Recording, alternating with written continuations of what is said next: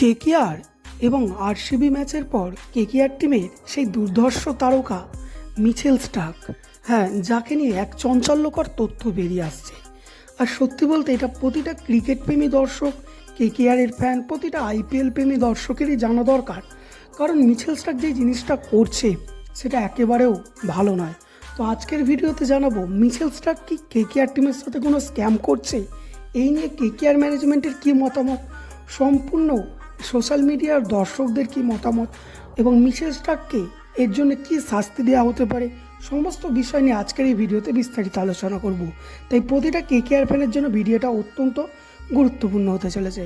কিন্তু তার আগে তোমাদের কাছে একটাই রিকোয়েস্ট, তোমরা চ্যানেলে প্রথমবার হলে অবশ্যই চ্যানেলটিকে সাবস্ক্রাইব করে নিও। দেখো ফ্রেন্ড, আরসিবি এবং কেকেআর ম্যাচে মিচেল স্টার্ককে যখন কারেন শর্মা 3টি ছক্কা মারলো, তারপর থেকেই স্বাভাবিকভাবে সোশ্যাল মিডিয়ার দর্শকরা রেগে গেছে এবং কেকেআর ফ্যানরা তো অবশ্যই রেগে গেছে। যদিও লাস্ট মুহূর্তে যখন 3 রান বাকি ছিল সেটা মিচেল স্টার্ক বাঁচিয়ে দিয়েছে। হয়তো এতে মিচেল স্টার্কের থেকে পিল সল্টের কর্তৃত্বটা অনেকটাই বেশি, পিল সল্টের অবদানটা অনেকটাই বেশি ছিল। কিন্তু তাও যেহেতু সে 3টে রান করতে দেয়নি, তাই অবশ্যই মিচেল স্টার্ককে নিয়ে সমালোচনাটা আরও তুঙ্গে পৌঁছে গেছে। প্রতিটা ম্যাচেই মিচেল স্টার্ক মার খেয়েছে এবং তাকে অনেকবারই বাদ দেওয়ার কথা বলা হয়েছে। বিরুদ্ধে কিন্তু 3 বলে 3 রান করতে দেয়নি মিচেল স্টার্ক, তখন অধিকাংশ ক্রিকেট প্রেমী দর্শক বলেছে এটাই অরিজিনাল মিচেল স্টার্কের বলের লেভেল এবং এতদিন পর্যন্ত সে বলের যে লেভেলটা দেখিয়েছে সেটা শুধুই মাত্র একটা নিছকই নাটক।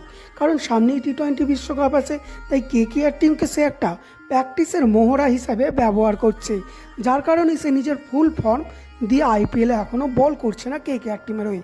দ্বিতীয়ত, এই ব্যাপারটা নিয়ে অধিকাংশ দর্শক রেগে গিয়েছে এবং বলেছে যে কেকেআর টিমের স্টার প্লেয়ার মিচেল স্টার্ক যেটা করছে এটা শুধুমাত্র যে 25 কোটি টাকা তা কিন্তু একেবারেই নয়, এটা কেকেআরের ফ্যানদের মনের একটা আবেগ নিয়ে খেলা করছে মিচেল স্টার্ক, যার কারণে কেকেআর টিম হয়তো প্লে অফের দৌড় থেকে বাইরেও হতে পারে বা ফাইনাল যে চ্যাম্পিয়ন নাও হতে পারে। তাই মিচেল স্টার্কের এই ধরনের করাটা একেবারেই ঠিক হচ্ছে না এবং কিছু কিছু দর্শক তো বলছে ইমিডিয়েট মিচেল স্টার্কের 25 কোটি টাকা সুদ সমেত ফেরত দেওয়া উচিত।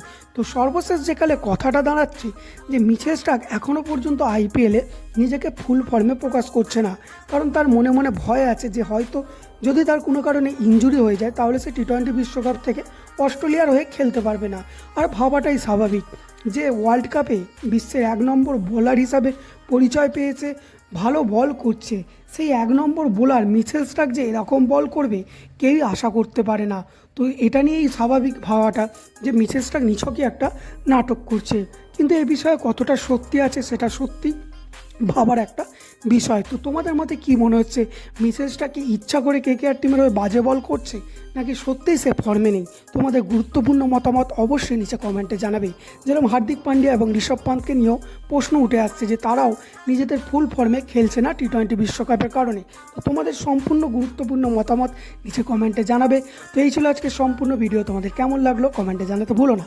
আশা করি ভালো আছো, ভালো থাকো, দেখা হচ্ছে পরের ভিডিওতে।